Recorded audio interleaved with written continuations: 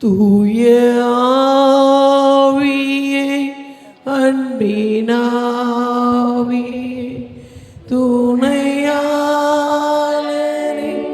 தேற்றும் தெய்வமே ஊற்று தண்ணீரே உள்ளம்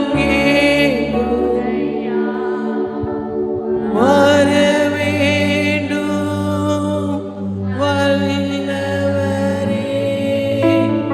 நல்லவரே இப்போ வர வேண்டும் வல்லவரே நல்லவரே அசைவாடும்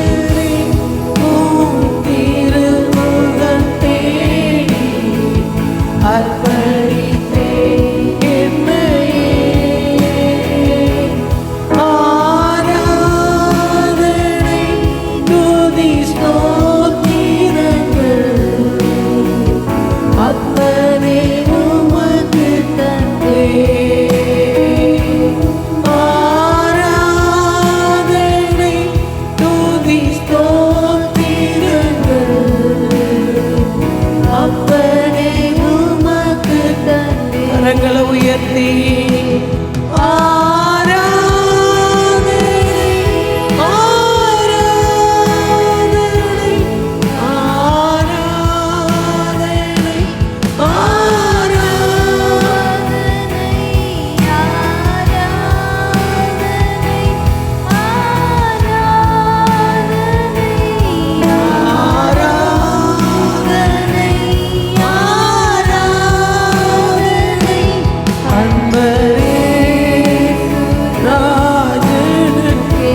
மகிமை மூடிக்கொண்டிருக்கிறது.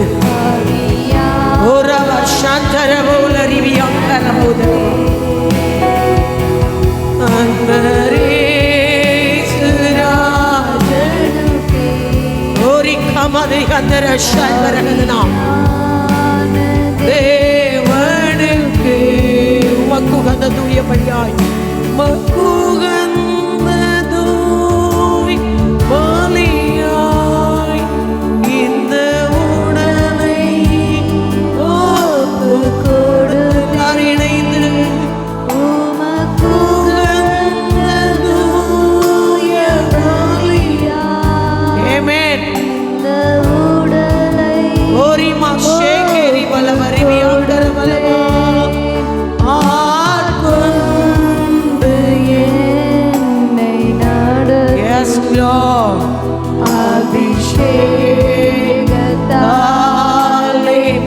ஒரு மகிமை, ஒரு வல்லமை, ஒரு ஆவியின் பலன் உங்களை மூடிக்கொண்டிருக்கிறது.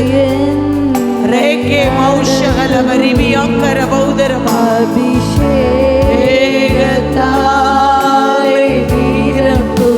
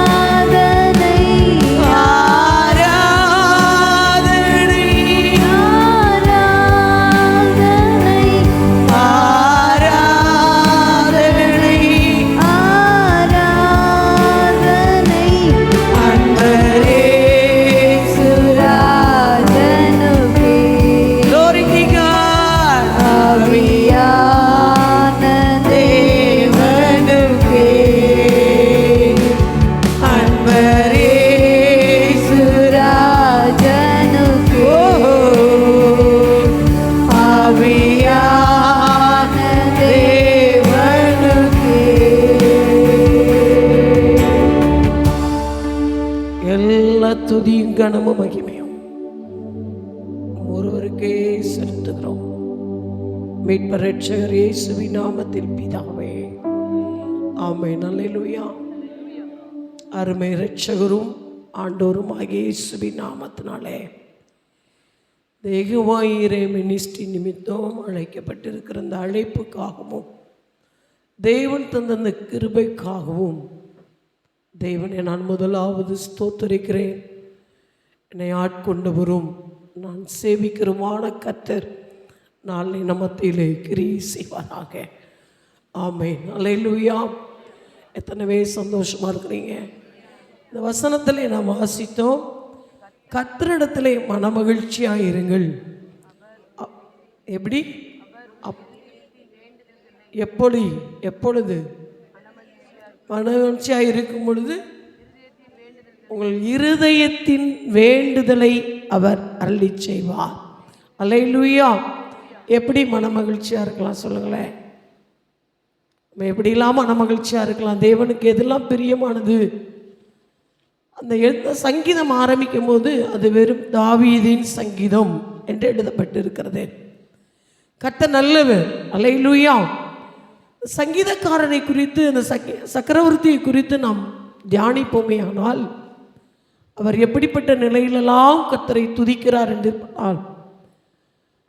வேதத்திலே வாசிக்கும் போது சங்கீதம் 34 தலைப்பை பார்க்கும்போது அவர் வேஷம் மாறின போது பாடின சங்கீதம், எக்காலத்திலும் நான் கர்த்தரை ஸ்தோத்தரிப்பேன் என்று அந்த சங்கீதம் வாசிக்கலாம். 1ஆம் வசனத்தை, கர்த்தரை நான் எக்காலத்திலும் ஸ்தோத்தரிப்பேன், அவர் துதி எப்போதும் என் வாயில் இருக்கும். எப்போ அந்த வார்த்தை அவர் சொல்லுகிறார் என்று சொன்னால் அந்த முன் பகுதியை நாம் கட்டாயம் வாசிக்க வேண்டும். வாசிங்க, தலைப்பை வாசிங்க. தாவீது அபிமெலேக்குக்கு முன்பாக வேஷம் மாறின போது அவனால் துரத்திவிடப்படுகையில் பாடின சங்கீதம். எப்பெல்லாம் நீங்களும் நானும் துரத்தப்படுகிறோமோ, எப்பெல்லாம் நீங்களும் நானும் உடைக்கப்படுகிறோமோ, எப்பெல்லாம் உங்களுக்கும் எனக்கும் நிந்தைகள் வருகிறதோ அப்போ பாடணும் பாருங்க. அதுதான் தேவனுக்கு பிரியமானது. ஆமென் சொல்லுங்க. சத்தம் வர மாட்டேங்குது. அல்லேலூயா. அப்போஸ்தலனாகிய பவுல் அடிகளார் சொல்லும்போது சொல்லுகிறார், பிலிப்பியர் 4:4 கர்த்தருக்குள் எப்பொழுதும் சந்தோஷமாயிருங்கள், கர்த்தருக்குள் எப்பொழுதும் சந்தோஷமாயிருங்கள் என்று மறுபடியும் சொல்லுகிறேன். 2 முறை ஒரு வார்த்தை வருவது என்று சொன்னால் அது மிகவும் முக்கியப்படுத்தப்படுகிறது. சந்தோஷத்தை குறித்து அவர் எழுதுகிறார். அங்கே அருமையான தெய்வ பிள்ளைகளே, இந்த வேதம் சொல்லுகிறது, மறுபடியும் சொல்லுகிறேன், நீங்கள் சந்தோஷமாயிருங்கள். அல்லேலூயா. எப்பொழுதும் சொல்லுங்க, பக்கத்தில் பார்த்து சொல்லுங்க, எப்பொழுதும். இப்பொழுது மாத்திரமல்ல, எப்பொழுதும். பாருங்க, அதை தான் ஃபாதர் பாடுறார். நிகழ்கின்ற காலமோ வருகின்ற காலமோ, நிகழ்கின்ற காலமோ வருகின்ற காலமோ, வாழ்வோ சாவோ வல்ல தூதனோ பிரிக்கவே முடியாது. வாழ்வோ சாவோ வல்ல தூதனோ பிரிக்கவே முடியாது. இயேசுவின் பின்னால் நான் செல்வேன், திரும்பி பார்க்க மாட்டேன், திரும்பி பார்க்க மாட்டேன். சேர்ந்து இயேசுவின் பின்னால் நான் செல்வேன், திரும்பி பார்க்க மாட்டேன், திரும்பி பார்க்க மாட்டேன்.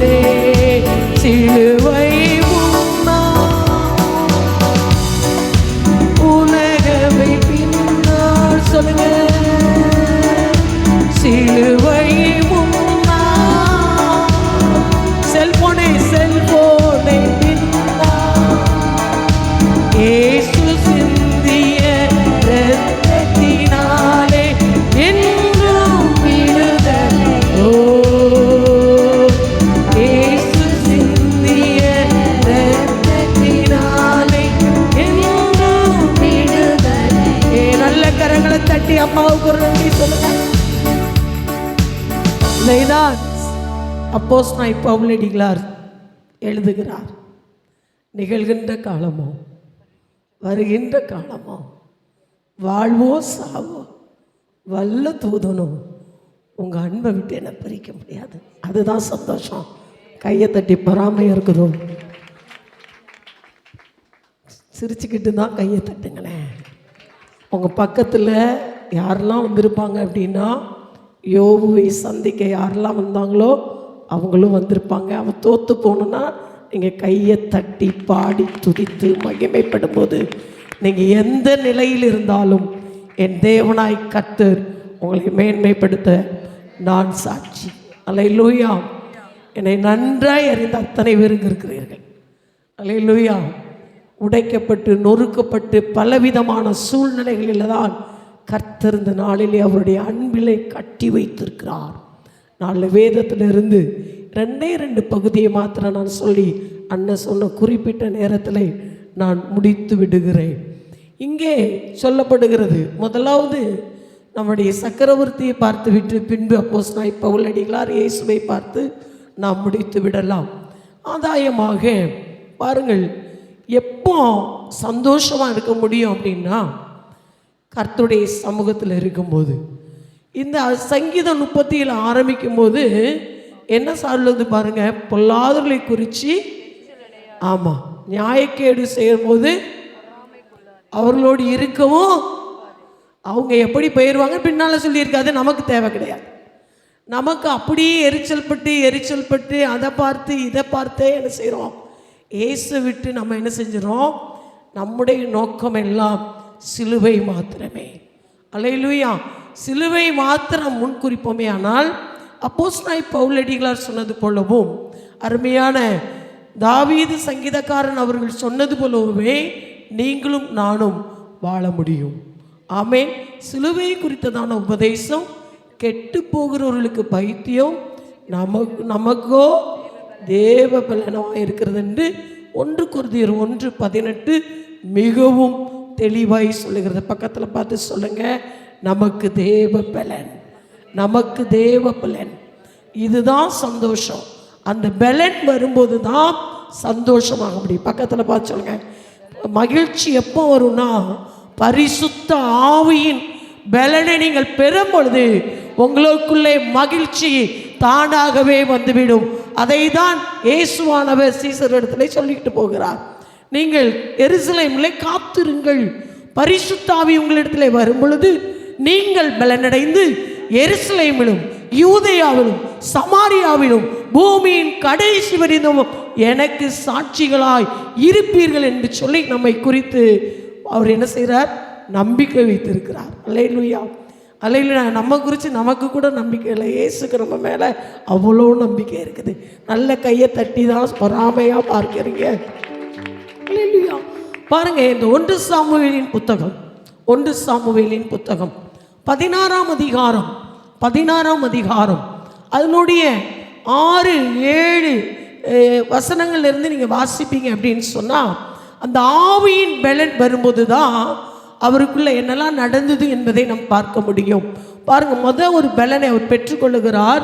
இவர் எப்படிப்பட்டவர் என்று சொல்லி நம்ம பார்த்துட்டு வேகமாக வாசிக்கலாமே.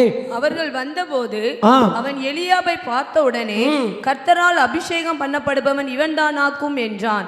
கர்த்தர் சாமுவேலை நோக்கி, நீ இவனுடைய முகத்தையும் இவனுடைய சரீர வளர்ச்சியும் பார்க்க வேண்டாம், நான் இவனை புறக்கணித்தேன், மனுஷன் பார்க்கிறபடி நான் பாரேன். பக்கத்துல பார்த்து சொல்லுங்க, மனுஷர் பார்க்கிற பிரகாரமாய் நான் உங்களை பார்ப்பதில்லை. அல்லேலூயா. ஒருவேளை உங்களுக்கு முன்னால நிற்கிற நான் என்னை சிறு வயதிலிருந்து நல்லா உங்களுக்கு அறிந்திருக்கலாம், பலவித கேள்விகள் இருக்கலாம். எனக்கும் தேவனுக்கும் இருக்கிற கனெக்டட் உங்களுக்கு தெரியாது, உங்களுக்கும் தேவனுக்கும் இருக்கிற கனெக்டட் எனக்கு தெரியாது. நம்ம எல்லாருடைய இருதயங்களையும் உள்ளந்தரியங்களையும் ஆராய்ந்து அறிந்திருக்கிற ஒரு தேவாதி தேவன் நம் நடுவில் இருக்கிறார். சங்கீதம் 139 வீட்டில் போய் நல்ல வரியாக தியானிங்க. நீங்கள் எதற்காக இங்கே உட்கார்ந்துருக்கீங்க, எதற்காக எழும்புறீங்க, எதற்காக அமர்ந்திருக்கிறீங்க, என்ன நினைவோடு இருக்கிறீங்க என்று சொல்லி மிக தெளிவாக எழுதப்பட்டிருக்கிறது. அல்லேலூயா. தொடர்ந்து வாசிங்கம்மா. மனுஷன் முகத்தை பார்ப்பான், கர்த்தரோ இருதயத்தை பார்க்கிறார் என்றார். அப்பொழுது ஈசாய் அபினதாபை அழைத்து அவனை சாமுவேலுக்கு முன்பாக கடந்து போக பண்ணினான். 12ஆம் வசனம் வாசிங்க. 11 உன் பிள்ளைகள் இவ்வளவுதானா என்று ஈசாயை கேட்டான். அதற்கு அவன், இன்னும் எல்லாருக்கும் இளையவன் ஒருவன் இருக்கிறான், அவன் ஆடுகளை மேய்த்து கொண்டிருக்கிறான் என்றான். அப்பொழுது சாமுவேல் ஈசாயை நோக்கி ஆள் அனுப்பி அவன் இங்கே வருமட்டும் நான் பந்தியிருக்க மாட்டேன் என்றான். உங்க தோட்டத்தையும் என் தோட்டத்தையும் பார்க்கிற ஆண்டவர் அல்ல. நல்ல நீட்டாக ட்ரெஸ் பண்ணி நல்ல கையில் காலில் எல்லாம் போட்டு பார்த்த உடனே அவங்க தான் ஆண்டவருக்கு சரியான நபர் அப்படிங்கிற குறிக்கிறவர் அல்ல. தெய்வன் உங்கள் இருதயத்தை பார்க்கிறார். உடைக்கப்பட்ட இருதயம், நொறுக்கப்பட்ட இருதயம், பாருங்க, பலவிதமான நிந்தைகளோடு, பாடுகளோடு, அவமானங்களோடு இருந்த அந்த இருதயத்தை தான் பார்க்கிறார். அல்லேலூயா. பாருங்க, அவர் சொல்றாரு, ஆடுகளை மேய்த்து கொண்டு இருக்கிறான். எதை மேய்த்து கொண்டு இருக்கிறான்? தன்னிடத்தில் இருந்ததை அவர் உண்மையாய் செய்தார். சொல்லுங்க, தனக்கிட்ட என்ன பொறுப்பு கொடுத்துருக்கிறாரோ அதில் அவர் உண்மையாக இருந்தார். பாருங்க, அதில் உண்மையாக இருந்ததுனால தான் ஆண்டவர் சொல்கிறார். வேற யாராவது இருக்கிறாங்களா கேட்டபோது, இன்னும் ஒருவன் இருக்கிறான். உங்களை என்னை பார்த்து சொல்லணும், இன்னும் ஒருவர் இருக்கிறார். இன்னும் ஒருவர் ஜேம்ஸ் இருக்கிறார். இன்னும் ஒருவர் டேவிட் இருக்கிறார். இன்னும் ஒருவர் ஜோஷுவா இருக்கிறார். இன்னும் ஒருவர் எஸ்தரம்மா இருக்கிறாங்க. இன்னும் ஒருவர் மஞ்சுமேனி இருக்கிறாங்க. இன்னும் ஒருவர் அமுதமாக இருக்கிறாங்க அப்படின்னு சொல்லி எல்லாருடைய பேரை சொல்லலாம். நம்ம எல்லாம் அப்படிப்பட்ட பாத்திரமாய் மாற வேண்டும் என்பதுதான் தேவனுடைய விருப்பமாய் இருக்கிறது. நல்ல கரங்களை தட்டி ஆண்டவரை மகிமைப்படுத்துங்க. அல்லேலூயா. பாருங்க, நம்மளை எப்போ கூப்பிட மாட்டாங்க அப்படிங்கிறதல்ல, ஆனால் அவருக்கு கொடுக்கப்பட்ட பொறுப்புலேருந்து பால் அனுப்பி எல்லாரையும் கொண்டு வந்து நிறுத்தினாங்க. ஆனால் அது தேவனுக்கு பிரியமாக இருந்துச்சா? அதை ஆண்டவர் அக்செப்ட் பண்ணாரா? இல்லை, அவர் ஆள் அனுப்பி அழைச்சிட்டு வர்றார். ஆமென்.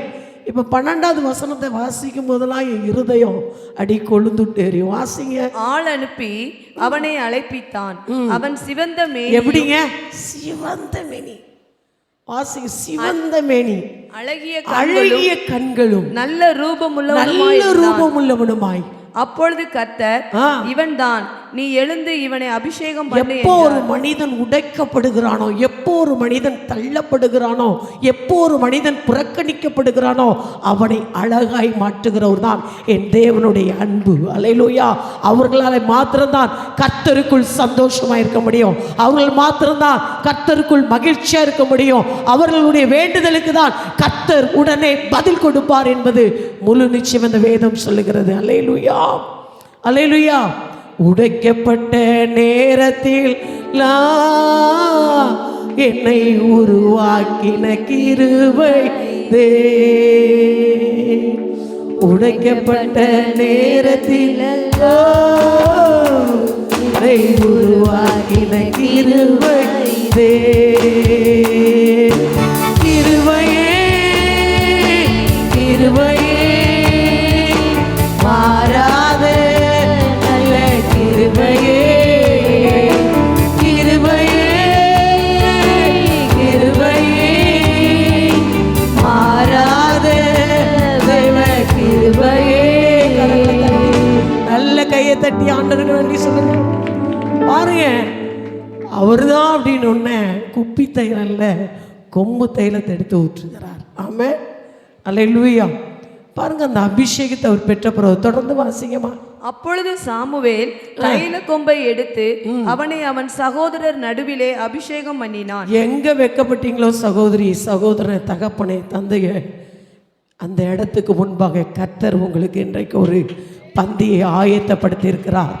கர்த்தருடைய சமூகத்துக்கு மனமகிழ்ச்சியாக வந்துடுற உங்களுக்கு இன்றைக்கு ஒரு புதிய அபிஷேகத்தை என் தேவனாய் கர்த்தர் இன்றைக்கு வைத்திருக்கிறார். தேவ பிள்ளையே, உடைய சகோதரன் நடுவில், நிந்திக்கப்பட்ட சகோதரன் நடுவில், உடைக்கப்பட்ட சகோதரிகள் நடுவில், உடைய உறவினர்கள் நடுவில், புறக்கணிக்கப்பட்ட இடத்துல என் கர்த்தர் இந்த நாளில் ஒரு புதிய அபிஷேகத்தை உங்கள் மேலே ஊற்றுகிறபடினாலே கரங்களை தட்டி, அக்கினியால் நிரப்பிடுமே, அக்னி நாவாக அமர்ந்திடுமே, காற்றாக வீசிடுமே, ஜீவநதியாக பாய்ந்திடுமே. Glory. அக்கினி அழிதம் விடுமே. கண்களை மூடி ஒரு அபிஷேகம் எனக்கு வேணும் ஆண்டவரே. இன்னைக்கு ஒரு அபிஷேகம் வேணும். ஒரு அவளரி கரவோ சந்தரவல வருவி அங்கரமா எந்த பொல்லாதர் குறித்து எரிச்சல் நடத்துறாங்க. ஆமே. அக்கினி அழிதம் விடுமே. ஓரி வல வரவி வல வர வல வர ஓஹோ பெரு காற்றாக வீசி ஒரு அபிஷேகம் ஒரு அபிஷேகம் ஒரு வல்ல ரீவல வருவியா கரவல வர வல வரவா ரீவல வருவியா கர பௌதர்வியா சமல வரமா ரீகவல வருவியா கர பௌதர வல வரமா ரீமன நகதுனியா கர வல வரமா ஒரு அபிஷேகம் ஒரு அபிஷேகம். என்ன வந்தாலும் என்ன நேர்ந்தாலும் என்ன நடந்தாலும் கர்த்தருடைய சமூகம் கர்த்தருடைய இன்பமானது. கர்த்தருடைய சமூகம் எனக்கு இன்பமானது. உடைய சமூகம் எனக்கு போதும். உடைய பாவை எனக்கு போதும் ஆண்டவரே. ரீமன ரீவல வருவியா கரமா ரீகவல வருவியா கரமா ரீமன நகதுனியா கர பௌதரமா இயேசுவே என் பிள்ளைகளை கர்த்தருக்குள் மகிழ்ச்சியாக்குவீராக. உம்முடைய கிருபையினால் நிரப்பும்.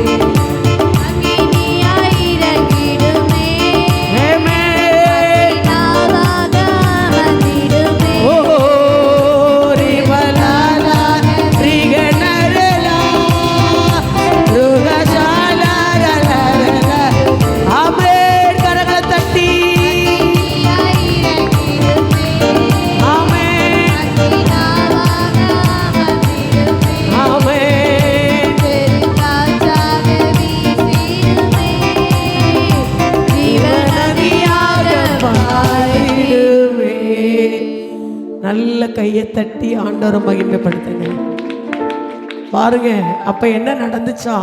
அந்நாள் முதற்கொண்டு அந்நாள் முதற்கொண்டு சொல்லுங்க. இந்நாள் முதற்கொண்டு பக்கத்துல பார்த்து சொல்லுங்க. இந்நாள் முதற்கொண்டு ஜோஷுவா தம்பி இந்நாள் முதற்கொண்டு உங்க மேல ஒரு புதிய அபிஷேகத்தை என் கர்த்தர் வைத்து கொண்டிருக்கிறார். அல்லேலூயா அல்லேலூயா. ராஜாக்களை தள்ளி ராஜாக்களை ஏற்படுத்துகிறவர். ராஜாவின் இருதய நீர்க்கால்களைப் போல் அவருடைய கரத்தில் இருக்குது. தமது சித்தத்தின்படி திருப்புவார். அல்லேலூயா அல்லேலூயா. ஆனால் பொல்லாதரை குறித்து நீங்கள் எரிச்சல் அடையாதுன்னு முதல்ல எழுதிவிட்டார். பாருங்க அடுத்த வசனம் சொல்லுகிறது, அந்நேரமே அது முந்தின ராஜா கிட்ட இருந்த அபிஷேகம் வெளியேறிற்று. தேவ பிள்ளையே ஏன் எனக்கு இப்படி நடக்குதுங்கிற கேள்வியை வரக்கூடாது. அல்லேலூயா. பாருங்க தேவன் அந்த நாளிலிருந்து அன்னைக்கு அபிஷேகத்தை பெற்ற பிறகு ஒரு சந்தோஷமா இருந்தாரா? அன்னைக்கு யார் எப்படி ஒரு அபிஷேகத்தை கொடுத்தாரு? ராஜரீக அபிஷேகம். அவர் ராஜாவாக அபிஷேகம் பண்ணப்படுகிறார். ராஜாவாக தெரிந்து கொள்ளப்படுகிறார். பரலோகம் அவரை அங்கீகரிக்கிறது. அல்லேலூயா. அவங்க மேலே இருக்கிற அபிஷேகம் சாதாரணமான அபிஷேகம் இல்லை. மரித்து அடக்கம் செய்யப்பட்டு 3ஆம் நாள் உயிரோடு எழுந்து 40 நாளளவும் சீசர்களுக்கு 500 பேருக்கு மேலே தரிசனமாகி 50ஆம் நாள் எருசலேமில் காத்திருந்த போது அந்த பரிசுத்தாவின் பலனை தந்த அந்த ஆவியானவர் இன்றைக்கு உங்க மேலே ஊட்டப்படுகிறபடினாலே கரங்களை தட்டி ஆண்டவரை மகிமைப்படுத்துங்க தேவ பிள்ளையே. அந்த அபிஷேகம் உங்களுக்குள்ள இருக்குமே நாள் உங்களால் மகிழ்ச்சியாய் இருக்க முடியும். உங்க இருதயத்தின் வேண்டுதலை அவர் நிச்சயமாய் நிறைவேற்றுவார். துக்கம் சந்தோஷமாய் மாறும். உன் சூரியன் அஸ்தமதிப்பதில்லை, உன் சந்திரன் மறைவதில்லை. கர்த்தரே நித்திய வெளிச்சமாயிருப்பா. உன் துக்க நாட்கள் முடிந்து போனது. நீ உயிரோடு இருக்கிற நாளெல்லாம் உனக்கு ஒருவன் உனக்கு உண்மை எதிர்த்து நிற்பதில்லை மகளே. கர்த்தர் நிச்சயமாய் நிச்சயமாய் நிச்சயமாய் அவர் முகத்தை நோக்கி பார்த்தவர்கள் பிரகாசம் அடைந்தாலும் அவருடைய முகம் வெட்கப்பட்டு போவதில்லை. அல்லேலூயா. அவர் முகம் வெட்கப்பட்டு போவதில்லை. பாருங்க அவங்க முகம் வெட்கப்படாது. அதுக்கப்புறம் அவருக்கு பலவிதமான பாடுகள் இருந்தது, வேதனைகள் இருந்தது. அவைகளின் மத்தியிலும் ஒரே ஒரு வசனத்தை வாசித்துட்டு வேகமாக அப்போஸ்தலனாகிய பவுலடிகளாரை பார்த்து விடுவோம். 17ஆம் அதிகாரத்தில் பாருங்க அவருடைய தகப்பனார் தன் அண்ணனை பார்த்துட்டு வா அப்படின்னு சொல்லி அவர் தான் அனுப்புகிறாரு. 32வது வசனம் 24வது வசனத்தை வாசிங்க. 17:24. இஸ்ரவேல் எல்லாரும் அந்த மனுஷனை காணும்போது மிகவும் பயப்பட்டு அவன் முகத்துக்கு விலகி ஓடி போவார்கள். விலகி விலகி ஓடி போனார்கள். அல்லேலூயா. ஒவ்வொரு நாளும் நினச்சிருப்பாங்க ராஜா எப்படி ஒரு சவால் கட்டியிருக்கிறாரு. யார் இந்த கோலியாத்தை முறியடிக்கிறாரோ அவர்களுக்கு என் மகளை நான் தருவேன். ஒவ்வொரு நாளும் இந்த இராணுவ வீரர்கள் நினைத்திருப்பார்கள், எப்பா இன்னைக்கு நான் ஜெயிச்சுட்டு வந்துடுவேன், நாளைக்கு அவள் என்னுடைய மனைவி. இப்படி தான் அவங்க என்ன செஞ்சாங்க, நினைத்து கொண்டு இருந்தாங்க. டெய்லி இரவு பேசுவாங்க, காலையில் அவரை பார்த்த உடனே நடிங்கிருவாங்க. அல்லேலூயா. 32வது வசனம் வாசிங்க. தாவீது சவுலை நோக்கி, இவன் நிமித்தம் ஒருவனுடைய இருதயமும் கலங்க வேண்டிய பாருங்க, இவன் நிமித்தம் ஒருவருடைய இருதயம் கலங்க வேண்டாம். பாருங்க வாசிங்கம்மா. உம்முடைய அடியானாகிய நான் போய் இந்த பெலிஸ்தனோட யுத்தம் பண்ணுவேன் என்றான். அப்பொழுது சவுல் தாவீதை நோக்கி, நீ இந்த பெலிஸ்தனோட எதிர்த்து யுத்தம் பண்ண. உங்க விசுவாசத்தை குலைப்பதற்கு சில வார்த்தைகள் வரலாம்.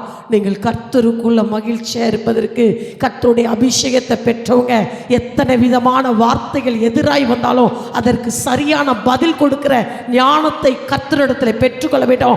அதுதான் தேவ பலன், அதுதான் தேவ ஆவியானவர். தேவனுடைய ஆவியானவர் ஞானமாய் பதில் சொல்ல வைக்கிறாருங்க. அவர் சொல்லுகிறாரு, சிறு வயதுல இருந்தே யுத்தம் செய்யறாப்பா, நீ என்ன செய்வ அப்படின்னு கேட்கிறாரு. ஆனா அவர் அதெல்லாம் பெருசா எடுத்துக்கொள்ளல. அவர் பதில் சொல்றாரு, ஒரு விசை ஒரு சிங்கம் வந்தது, ஒரு விசை ஒரு கரடி வந்தது, அதை ஒரு ஆட்டை கிழிப்பது போல நான் கிழித்து விட்டேன்.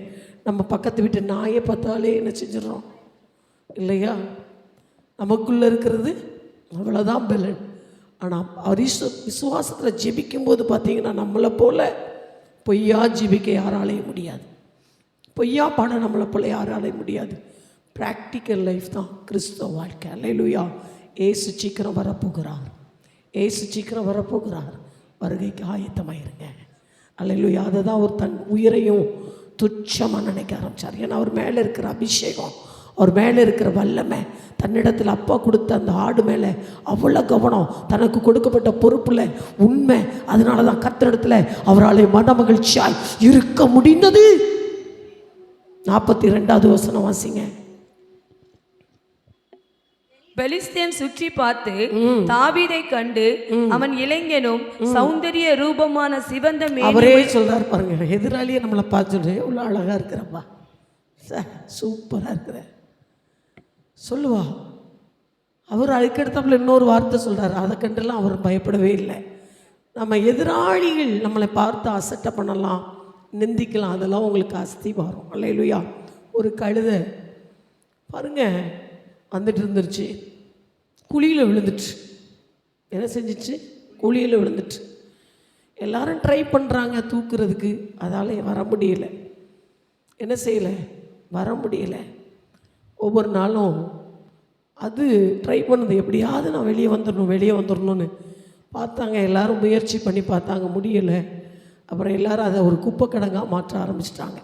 போகிறோம் வரவங்களாம் குப்பை போடுற இடமா அது. ஆனால் அது ஒவ்வொரு நாளும் அந்த குப்பையை மிதித்து மேலே வந்துருச்சு. அல்லேலூயா. பாருங்கள், நமக்கு வருகிற அவமானங்கள், நிந்தைகள், வியாதிகள், கடன்கள், பாரங்கள், பாருங்கள் துயரங்கள், துன்பங்கள், வேதனைகள் எல்லாம் உங்களை என்னை கீழே தள்ளுவதற்காக அல்ல, மேலே கொண்டு வருவதற்காக. அல்லேலூயா. அத்தனை குப்பையும் மிதித்து அந்த கழுதை மேலே ஏறி வந்தது. அந்த கழுதைகள் தான் நீங்களும் நானும். ஏசு ஏறி செல்லுகிற யோசனையில் பெரியவரே ஆராதனை ஆராதனை செயல்களிலே வல்லவரே ஆராதனை ஆராதனை ஓசானா உன்னத தேவனே ஓசானா ஓசானா ஓசானா. ஹல்லேலூயா. அவர் யோசனையின் பெரியவர். உங்களுக்கு எனக்கு ஒரு வழி தான் தெரியும், அவருக்கு பல வழி தெரியும். அவருடைய பலத்தில் ஓடணும். சொல்லுங்க, என்னுடைய பலத்தில் இல்லை, அவருடைய அபிஷேகத்தில் நீங்களும் நானும் ஓடனா. பாருங்க, உடைக்கப்பட்ட அந்த கூழாங்கல் சும்மா கிடைக்குமாங்க? எத்தனை பெரிய பெரிய பாறைகள் உருண்டு உருண்டு உருண்டு உருண்டு உருண்டு உருண்டு உருண்டு எத்தனையோ நதிகள் வழியா ஆறுகள் வழியா வந்த பிறகுதான் அந்த கூழாங்கல் கிடைக்கும். அது ஒரே ஒரு கூழாங்கல் ஒரு கோலியாத்தை அடிக்க முடியுமே. ஆனால் நீங்களும் நானும் உங்களுக்குள்ளே எனக்குள்ளே இருக்கிற அந்த அபிஷேகம் சாதாரணமான அபிஷேகம் கிடையாது. சின்னவன் ஆயிரமும் சிறியவன் பலத்த ஜாதியுமாவான். ஏற்ற காலத்திலே கர்த்தர் உங்களை தீவிரமாய் பெருக பண்ணுவார். தேவ பிள்ளையே, சிறியவனை புழுதியிலிருந்து எடுத்து எளியவனை குப்பையிலிருந்து உயர்த்தி பிரபுக்கள் முன்பு ராஜாக்கள் முன்பு உட்கார வைக்கிற அபிஷேகம் தான் கர்த்தராகிய இயேசு கிறிஸ்து நமக்கு கொடுக்கிற அபிஷேகம். தமஸ்கு வீதியில இயேசுவை பார்த்து இயேசு கேட்கிறாரு. 9ஆம் அதிகாரம் அப்போஸ்தலர் நடபடிகள் 9ஆம் அதிகாரம் 6ஆம் வாக்கியத்தில் சொல்லப்படுகிறது, அவன் நடுங்கி திகைத்து ஆண்டவரே நான் என்ன செய்ய சித்தமாய் இருக்கிறீர் நான் என்றான். என்ன செய்ய சித்தமாய் இருக்கிறீர் என்றார். அதற்கு கர்த்தர், நீ எழுந்து பட்டணத்துக்குள்ளே போ, நீ செய்ய வேண்டியது அங்கே உனக்கு சொல்லப்படும் என்றார். அல்லேலூயா. தெய்வ பிள்ளையே, நீங்க பொல்லாதவரை குறித்து என்ன செய்யக்கூடாது. ஆமா, அன்னைக்கு எரிச்சல் அடையில செய்வான், எரிச்சல் படவே இல்லை, முடியப்பெரு எரிச்சல் படவே இல்லை. அவருடைய வஸ்திரத்தை இந்த சவுலுக்கு அருகாமை தான் வைக்கப்பட்டிருந்தது. பாருங்க, ஆண்டுடைய சத்தம் கேட்ட மாத்திரத்தில் அன்னைக்கு கீழ்ப்படிந்தவர் மரண பரியந்தமும் உண்மையாக இருந்தார். அல்லேலூயா. அப்போஸ்தலனாகிய பவுலடிகளார் சொல்லும்போது சொல்லுகிறாரு, பாருங்க, பிலிப்பியர் 4:4 வாசித்தீங்க. 5வது வசனத்தில் உங்கள் சாந்த குணம் எல்லா மனிதனுக்கும் தெரிந்திருப்பதாக. அல்லேலூயா. உங்கள் சாந்த குணம் இயேசு பிரசவிக்கும் போது சொல்லுகிறார், உங்கள் சாந்த குணம் எல்லாருக்கும், சாந்த குணம் உள்ளவர்கள் பூமியை சுதந்தரிப்பார்கள். ஒரு ஆத்மாவை சுதந்தரிக்கணும்னா இந்த அபிஷேகம் இருந்தால் மட்டும்தான் சாந்தம் நமக்குள்ளே வரும், நம்ம சுதந்தரிக்க முடியும். அல்லேலூயா.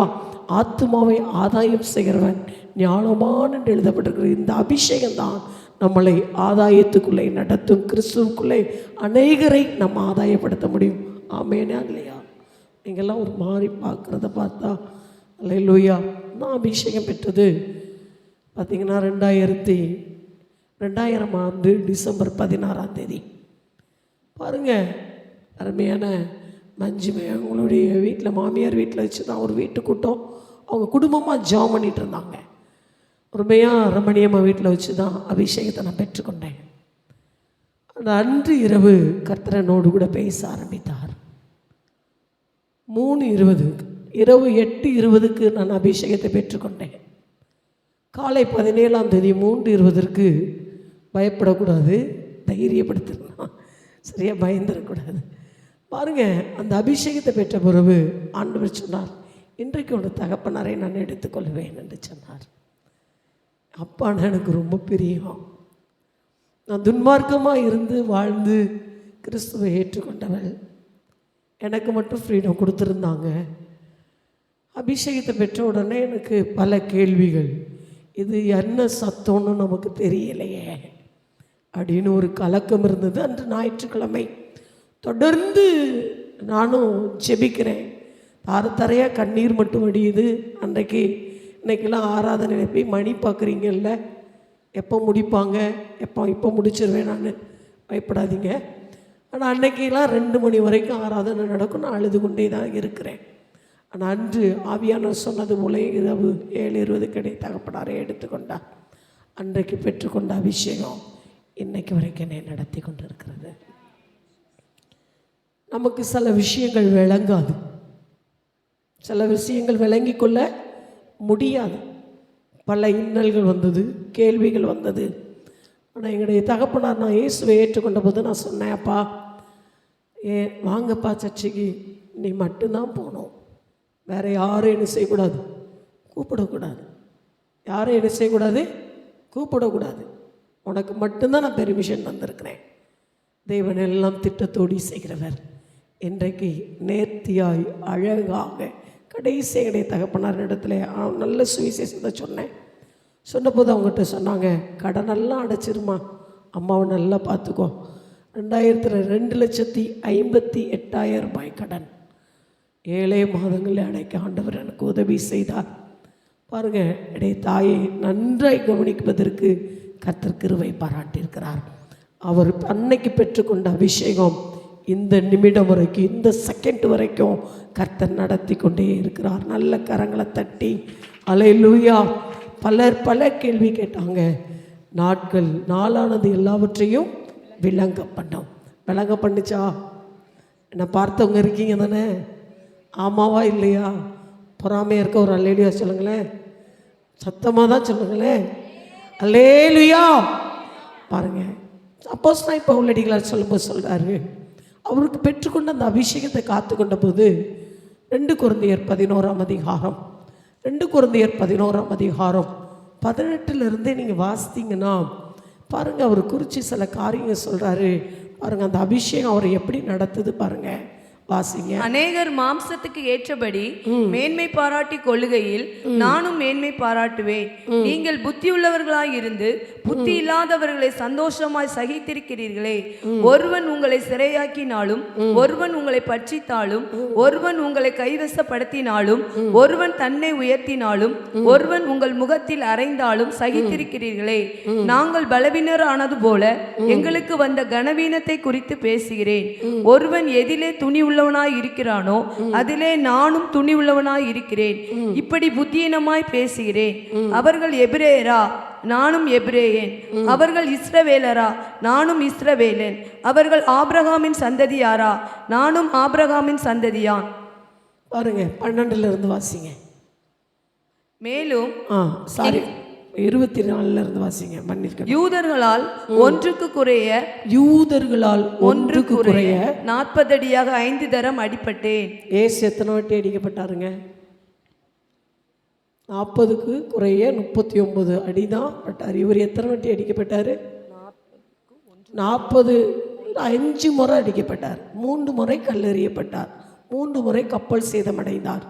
பாருங்க, இப்படி சொந்த சகோதரர்களும் கல்லர்களாலும் பாருங்கள், நிர்வாணமாகவும் பசியாகவும் பட்டினியாகவும் இப்படியே பிரயாணம் செய்கிறார். இப்படி தான் இந்த அபிஷேகத்தை பெற்றப்படுவோ அவருக்கு கிடைச்சது.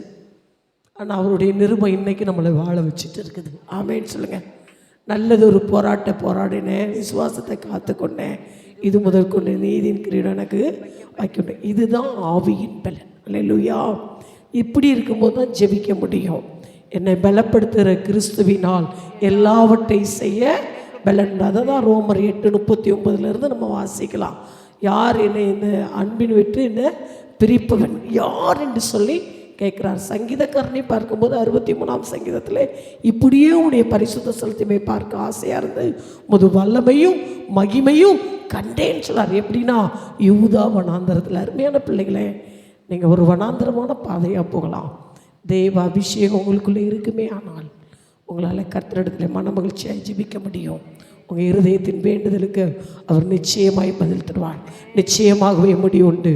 நம்பிக்கை வீண் போகாது. தெய்வ பிள்ளைகளை, எப்படி அப்போஸ்தலனாகிய பவுலடிகளார் வாழ்ந்தாரோ, எப்படி இப்படிப்பட்ட பாடுகள் மத்தியில் கிறிஸ்துவுக்காக வைராக்கியம் இருந்தாரோ பாருங்கள். துரத்தப்பட்ட இடத்துல, புறக்கணிக்கப்பட்ட இடத்துல சங்கீதக்காரன் தாவீது சக்கரவர்த்தியை கர்த்தர் உயர்த்தினாரோ, ஏசு கிறிஸ்து எப்படி சிலுவையில் நமக்கு ஜெயத்தை வாங்கி கொடுத்தாரோ, அதே தேவன் இன்றைக்கு உலகத்தின் முடிவு பெருந்தமோ சகல நாட்களும் நம்மோடு கூட இருக்கிறார். அவருடைய நாமத்தில் நீங்கள் எதை கேட்டாலும் பெற்றுக்கொள்ள முடியும். அவருடைய அபிஷேகத்தை நீங்கள் காத்துக்கொள்ளுங்க. அந்த பலனை நீங்கள் காத்துக்கொள்ளுங்க. அந்த வல்லமையை நீங்கள் காத்துக்கொள்ளுங்க. அப்போ உங்கள் இருதயத்தின் வேண்டுதல், சகிப்புத்தன்மை நமக்கு ரொம்ப வேணும். சகிப்புத்தன்மை, நம்முடைய சுயத்தை தொட்டுட்டா போதும், உங்களுக்கு என்ன வந்துடும்? உங்கள் சுயரூபம் வெளியே வந்துடும். அதெல்லாம் சகிக்கணும்னா தேவ பலன் வேணும். அல்லேலூயா. நம்மளை யாராவது ஒன்று சொல்லி காமிச்சிட்டாங்கன்னா கோவப்படாதீங்க, பொறுமையாக இருங்க. கர்த்தர் உங்களுக்கு கிருபை தருவார், பலன் தருவார். அந்த பலன் உங்கள் வாழ்க்கையை நடத்தும். ஒரே ஒரு வசனத்தை வாசிங்க. சங்கீதம் ரோமர் 15:13 மாத்திரம் வாசித்துட்டு நான் அப்படியே அண்ணன் கையில் கொடுக்குறேன். கர்த்தர் நம்ம ஜெபித்து முடிக்க போகிறோம். ரோமர் 15:13 வாசிங்க. பரிசுத்த ஆவியின் பலத்தினாலே உங்களுக்கு நம்பிக்கை பெருகும்படிக்கு நம்பிக்கையின் தேவன் விசுவாசத்தினால் உண்டாகும் எல்லாவித சந்தோஷத்தினாலும் சமாதானத்தினாலும் உங்களை நிரப்புவாராக. ஆமென். எப்படி? அவருடைய பரிசுத்த ஆவியின் பலத்தினாலே தான் சமாதானத்தோடும் சந்தோஷத்தினாலும் உங்களை என்ன செய்வாரா? இன்னொரு வசனத்தையும் சந்தோஷமா உங்களுக்கு சொல்லி கொடுக்கட்டா? யூதா 20:21 வாசிங்க. தேவனுடைய அன்பிலே உங்களை காத்துக்கொண்டு நித்திய ஜீவனுக்கு ஏதுவாக நம்முடைய கர்த்தராகிய இயேசு கிறிஸ்துவினுடைய இரக்கத்தை பெற காத்திருங்கள். அல்லாமலும் நீங்கள் பகுத்தறிவுள்ளவர்களாய் இருந்து சிலருக்கு இரக்கம் பாராட்டி சிலரை அக்கினியிலிருந்து இழுத்துவிட்டு பயத்தோடு ரட்சித்து மாம்சத்தால் கரைபட்டிருக்கிற வஸ்திரத்தையும் வெறுத்து தள்ளுங்கள். ஆமென். பாருங்க, அந்த ஆவியின் பலன் வரும்போதுதான் நித்தியத்துக்கு நேராக யூதா 20:21 நம்ம வாசிங்க.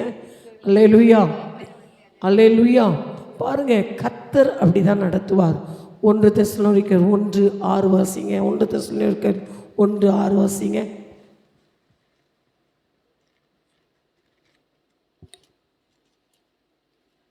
நீங்கள் மிகுந்த உபத்திரத்திலே பரிசுத்த ஆவியின் சந்தோஷத்தோட திருவசனத்தை ஏற்றுக்கொண்டு என்னையும் கர்த்தரையும் பின்பற்றுகிறவர்களாகி இவ்விதமாய் மகதோனியாவிலும் அகாயாவிலும் உள்ள விசுவாசிகள் யாவருக்கும் மாதிரிகள் ஆனீர்கள். அல்லேலூயா.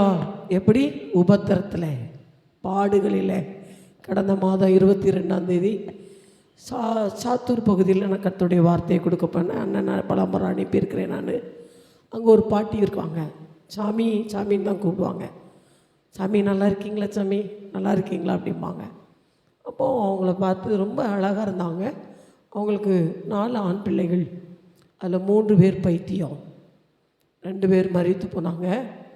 ஒருவர் பார்த்திங்கன்னா இப்போ ஆண்டுடைய கிருபையில் நல்லாகி வந்துகிட்டே இருக்கிறாரு, நல்லா இருக்கிறார். கடந்த நாட்களில் அந்த மூத்த மகன் கோயம்புத்தூரில் இருக்கிறாரு. அவர் ஏற்கனவே காலமாயிட்டார். இப்போ இருக்கிறது இந்த கடைசியாக இருக்கிற ஒருவர் மாத்திரம் இருக்கிறாரு. பாருங்கள், அப்போ சாமி எனக்கு ஜெபம் பண்ணுங்க சாமி அப்படின்னாங்க. நான் ஜெபம் பண்ணேன்.